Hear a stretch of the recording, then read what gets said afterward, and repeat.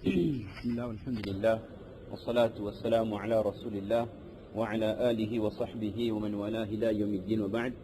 سبحانك لا علم لنا إلا ما علمتنا إنك أنت العليم الحكيم. رب زدنا علما يا كريم، رب زدنا علما يا كريم، رب زدنا علما يا كريم. رب اشرح لي صدري ويسر لي أمري واحلل عقدة من لساني يفقهوا قولي. Chers frères en islam, nous remercions Allah Azza wa Jal qui nous donne la possibilité donc de reprendre, après une assez longue interruption, donc de reprendre ces programmes concernant les grands signes de Qiyamah.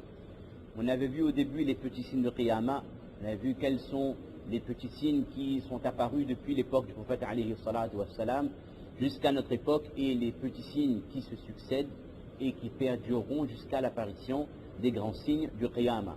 Et parmi les grands signes de Qiyamah, on avait vu le premier de ces grands signes qui était la venue de l'imam al-Mahdi. On avait expliqué qui était l'imam Mahdi, de quelle origine était-il, il était descendant de qui, du prophète alayhi salatu wassalam, du côté de Fatima radiyallahu anha. On a vu également dans quelles circonstances il va apparaître, quelle sera la situation du dunya, du monde, avant l'apparition de l'imam Mahdi. Donc on a pu développer quelle était la mission de l'imam Mahdi, jusqu'à ce qu'on arrive au point qui nous permet de faire la jonction avec la venue de l'Antéchrist, avec la venue de Dajjal. Et ce point de jonction, comme on avait dit, c'était la conquête de Constantinople.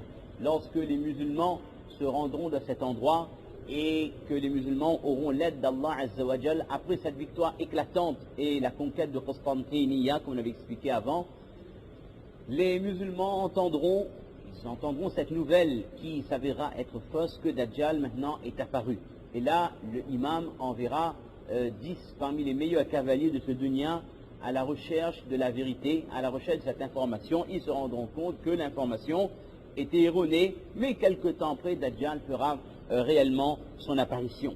Alors, ce qu'on avait vu la dernière fois, la première fois, le premier programme concernant Dajjal, on avait vu la définition de Ibn Kathir, rahimahullah, qui définissait Dajjal comme étant Rajulun min bani Adam. Premièrement, un être humain descendant de Adam alayhi salam, c'est-à-dire un être humain comme vous et moi, et qui a l'apparence physique donc d'un humain.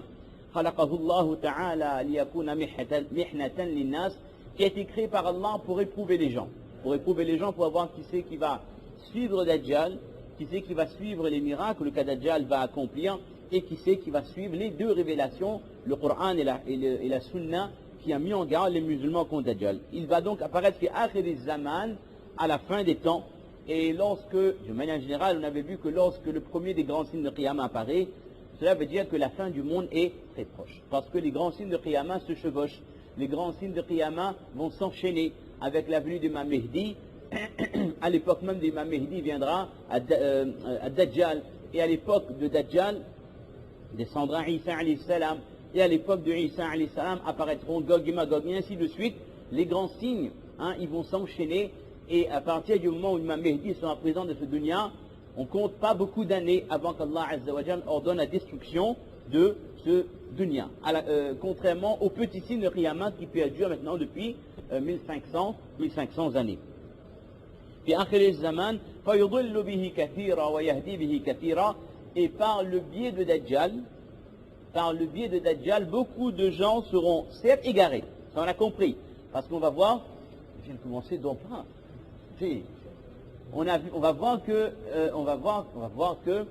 subhanallah, par le biais de Dajjal, il y a beaucoup de gens qui vont être égarés en voyant les miracles que cet homme va accomplir. Mais, ce qui peut nous paraître paradoxal, c'est qu'il y a beaucoup de gens qui vont trouver la guidée, il y a beaucoup de gens qui vont trouver la hidayah par les miracles de Dajjal. De quelle manière? On avait expliqué la première fois, c'est que en accomplissant tel et tel miracle, et entre autres le miracle peut-être le plus impressionnant, c'est donner la vie et la mort, chose qui appartient à Allah Azza wa Jal. Il ne faut pas oublier que Dajjal, c'est dans cette umma la seule créature qui osera dire que je suis votre créateur, je suis Allah. Avant lui, qui c'est qui l'avait dit? Salih. Qui avait dit que je suis votre Dieu avant Dajjal? Pharaon. Le dernier qui avait osé dire que je suis votre Dieu, c'est Pharaon. Et depuis, il n'y a plus personne qui a essayé de persuader les gens qu'il est le créateur, qu'il est Allah. Et donc, qu'on disait, c'est que le pouvoir de donner la vie et la mort appartient à Allah Azza wa Jal. Et pour prouver aux gens qu'il a ses attributs divins, il va donner la mort à quelqu'un, chose que tout le monde peut faire, un meurtrier peut le faire facilement, mais il va redonner vie à cette personne, dans le but de convaincre les gens que c'est lui le créateur. Et donc, le mu'min, le musulman, qui aura lu les textes prophétiques concernant la venue d'Dajjal et ses miracles, il reconnaîtra là un miracle qui a été annoncé par notre prophète alayhi salatu wassalam. C'est le cas de ce jeune homme qui fera partie d'Ahl al-Madina, quelqu'un d'Ahl al-Madina, donc de la population de Madina, qui va défier Dajjal et qui sera tué et ressuscité par Dajjal. Et ce jeune homme-là, lorsqu'il sera ressuscité et que Dajjal lui demandera « Est-ce que maintenant tu attestes que je suis ton créateur ?» il dira que ce que tu as fait renforce ma conviction sur le fait que tu es un menteur, car notre prophète nous avait annoncé qu'un homme viendra à une époque et fera telle chose. Ça c'est pour nous faire comprendre à travers un exemple qu'il y a des gens qui trouveront la hidayah en entendant parler des miracles de Dajjal. Et on dit bien en entendant parler parce que concernant le fait de voir Dajjal, on avait expliqué aussi brièvement que le prophète a interdit aux musulmans d'aller voir Dajjal.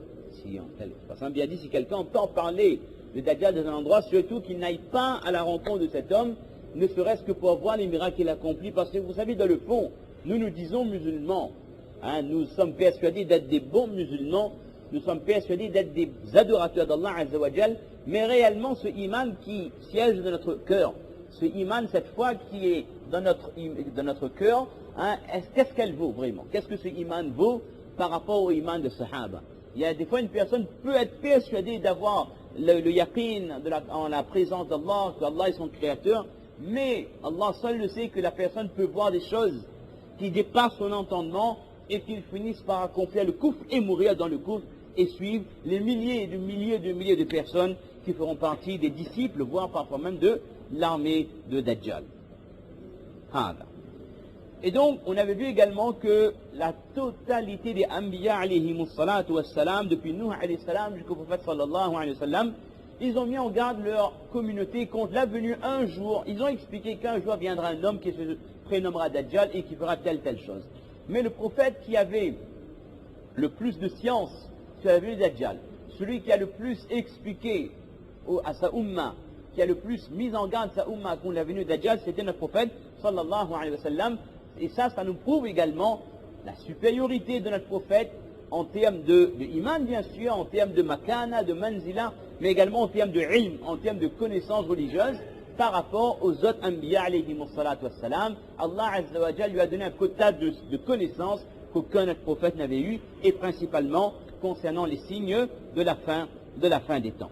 Et on a vu également, c'était le dernier point qu'on avait abordé, que le prophète alayhi salatu wassalam a décrit Dajjal comme étant le plus grand fitna de la création, la plus grande source de turpitude, la plus grande source d'égarement de toute la création d'Allah. C'est cet homme, cette créature d'Allah qui viendra à la fin des temps, Al-Masih al-Dajjal. Maintenant qu'on vient d'expliquer que c'est le plus grand fitna de la création d'Allah Azza wa Jal, on peut se poser à juste titre la question: pourquoi est-ce que le Coran ne mentionne pas clairement la venue de Dajjal? Avec le nombre de hafez qu'on a ici, est-ce que dans un verset du Coran, il est cité Ad-Dajjal? Non. Même que c'est dans les yas de Payan, mais dans le Coran, il n'est pas mentionné le nom de Dajjal. Alors on peut se poser la question, malgré le fait que ce soit un grand fitna, que beaucoup de gens vont quitter le din en voyant Dajjal, pourquoi est-ce qu'Allah Ta'ala n'a pas cité clairement Dajjal? Alors, Ibn Kathir, rahimahullah, c'est bien Ibn Kathir, rahimahullah, il explique qu'il y a un verset du Coran, de la sourate Al-An'am, qui fait référence à la venue de Dajjal. Lorsque la le Coran, يَوْمَ يَأْتِي بَعْضُ آيَاتِ رَبِّكَ لَا يَنْفَعُ نَفْسًا إِيمَانُهَا لَمْ تَكُنْ آمَنَتْ مِنْ قَبْلُ أَوْ كَسَبَتْ فِي إِيمَانِهَا خَيْرًا. Dans ce verset, Allah Azza wa Jal explique que, je n'ai pas la traduction littérale, mais ça veut dire, en ce sens que, lorsque viendra des signes d'Allah subhanahu wa ta'ala, à ce moment, celui qui n'avait pas la foi ne pourra plus porter iman en Allah. Et Imam al-Tirmidhi, rahimahullah, il rapporte un hadith dans lequel le prophète alayhi salatu wassalam va commenter ce verset. Il commente ce verset en disant qu'il y a certains signes qui, lorsqu'ils apparaîtront à la fin des temps, personne ne pourra plus apporter iman après ça. Et parmi ces signes, Ad-Dajjal, Wad-Dabba, wa Tulu'i Shamsi min al-Maghrib, ou min Maghribiha. C'est-à-dire, dans le verset, on a dit que lorsque viendra certains signes d'Allah, à ce moment-là, personne ne pourra plus apporter iman. Ça veut dire que ce sera trop tard. Mais le Coran n'explique pas quels sont ces signes. Mais le hadith du prophète alayhi salatu wassalam, hadith qui est authentique, rapporté par Imam Muslim et par Tirmidhi, dans ce hadith, notre prophète explique qu'il y a 3 signes, que lorsque ces signes seront passés, quelqu'un ne pourra plus attester la ilaha illallah, ce sera trop tard. Et parmi ces 3 signes, il y a l'apparition de Dajjal, l'apparition de Ad-Dabba, la bête, ça c'est notre grand signe de Qiyamah, et lorsque le soleil se lèvera à l'est. Lorsque le soleil se lèvera à l'est. Et les ulama, rahimahumullah, à l'ouest. Petit problème entre l'est et l'ouest. Si ça n'en tenait qu'à moi, ce serait tous les jours le Qiyamah, d'accord? Lorsque le soleil, ça prouve aussi, on habite dans des immeubles, on ne voit pas le lever du soleil, on ne voit pas le coucher du soleil. C'est pour ça qu'on a du mal à distinguer parfois l'est de l'ouest. Le nord, ça va, par rapport au Qibla, alhamdulillah. Donc, les ulama, rahimahumullah, ils nous rappellent un principe dans Ulum al-Hadith, que les hadiths ont pour objectif également de commenter Mujmal al-Qur'an, de commenter ce qu'Allah Ta'ala a cité de manière, on pourrait dire de manière brute de le Qur'an. Il y a des choses, il y a des versets dans lesquels Allah Ta'ala fait passer des messages sans qu'il y ait de détails. Et l'objectif des hadiths, des paroles du prophète alayhi salatu wassalam, c'est explicitement de donner un sens, d'expliquer, de commenter ce qu'Allah Ta'ala a dit dans le Coran. Et notre prophète alayhi salatu wassalam, ce n'est pas pour rien s'il nous avait mis en garde depuis son époque que viendra une époque, on sort légèrement du sujet, on reviendra Inch'Allah, viendra une époque où les gens diront que ce qu'il y a dans le livre d'Allah, nous croyons. Mais ce qui est au-delà du livre d'Allah, cela ne nous concerne pas. Il n'y a que des gens qui vont croire qu'au Coran, uniquement au Coran. Et lorsqu'on leur parlera des hadiths, des paroles du prophète alayhi salatu wassalam, ils vont dire que ça, ce n'est pas le Coran, donc on n'a pas iman sur ça. Mais celui qui prétend ou qui ose dire que ce que le prophète a dit, je ne le considère pas comme révélation, la personne perd son iman. Le simple fait de refuser, volontairement, ce n'est pas par ignorance, le fait de refuser une parole prophétique, c'est kufr. Pour qu'on comprenne bien, le prophète a mis en garde contre ce mouvement qui apparaîtra un jour.